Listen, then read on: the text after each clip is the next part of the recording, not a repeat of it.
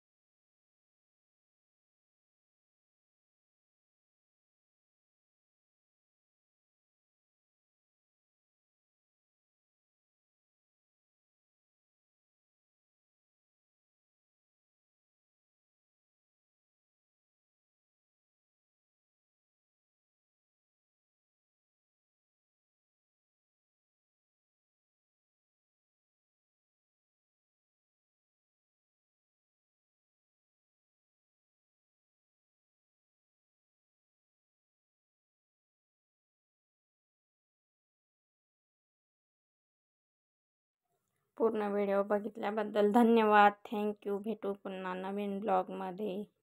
Bye.